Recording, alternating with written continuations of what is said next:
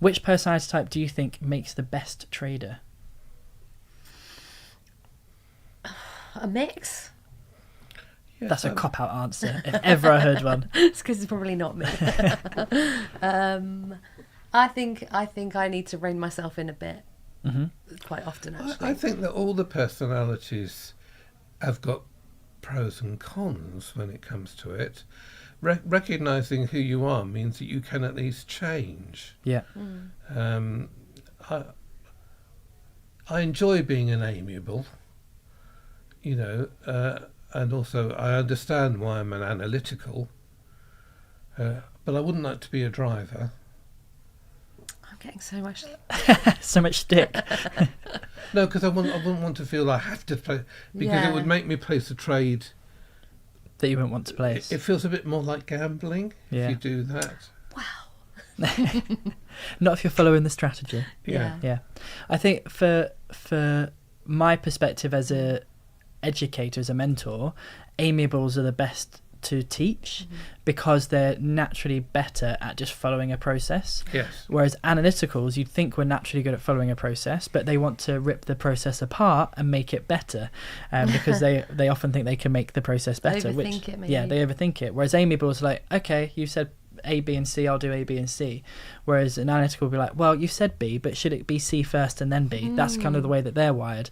Drivers jump from A to Z straight away. And expressives don't really know what's going on, and they'll do C, B, A, T, C, all of them in a different order. So amiables are generally better at mastering the process straight away, but they do tend to have a bit more fear, and they need a lot more encouragement generally.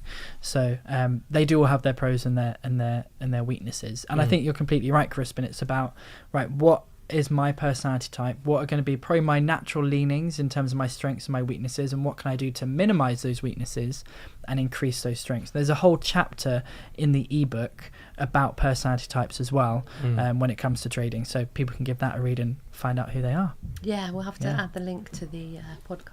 And we'll add a link actually as well to the personality type profiler that we use, so people can use that too. And I think it's really interesting that you do that for us right at the start of the training, because then you've got it in your like, I know, right, I need to calm down a bit.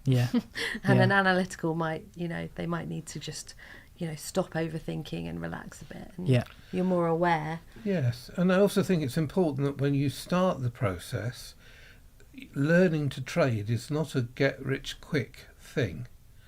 There's, if you do this, you will earn this amount of money at this amount of time, because you have to understand A, how you're going to use the process, but B, that the process is not 100% foolproof. But if you follow the star trading system, it's a safe way of dealing with the ups and downs of the financial process. markets. Yes, exactly. Yeah, because they will, you only need a kind of weird thing that the government does or something like that, and you suddenly go, where did that come from? And then you go, oh, I see, I understand. Yeah. But on the other side, you don't want to base your life on what other people are doing. Yeah. But you just need to understand. I mean, it was very interesting because in the star trading process, you go back 3 years. And it was very interesting to go back and go, oh, okay. Oh, I understand that. And then you see the pattern across the different markets. And you can say, oh, I think I understand why that was happening then. And how would I have responded to it had it been now, had it been live, had I been then doing it? But really interesting. Yeah. So what would you say to anyone who is thinking about trading but thinks that looks way too techie for me and difficult? I'd say just trust in Josh, because if you don't understand it, just ask a question, and there's no question too stupid, as I proved, and just I just didn't get it. But he saw me through so many things, and I got quite blasé in the end about it. Now, of course, if things go wrong, I still ring him up and go, "What have I done?" And he's been, I think you've press the Pan-Galactic Gargle Blast to let me deal with it. You know, oh, there's a clergyman's treacle spanner here, which shouldn't be here. So he's brilliant. Yeah, that's lovely. He was looking at something the other day and he said, "You've got something on your chart that shouldn't be there." I went, "Have I?" And he just cleared it away. I said, "Oh, thank you very much." Yeah. That's fantastic. It's like having a psychological cleaner. Yeah. Having Josh, you know, it's like the lady that does for you, but what they do is clean your brain out. Becomes a voice in your head. He is. Yeah. Occasionally a picture of him flashes up in my, you know, what would Josh do? I get that as well. It's weird, I know, it's isn't it? just really weird, isn't it? Very good.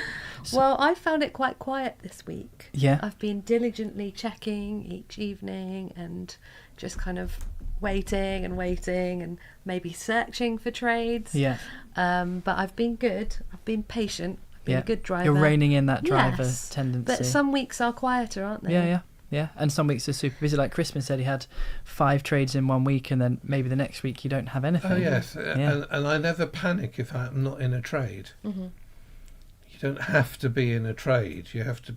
It's better not to be in a trade than be in a wrong trade. Yeah, completely agree. Yeah. So you just got to do that. Yeah, fantastic.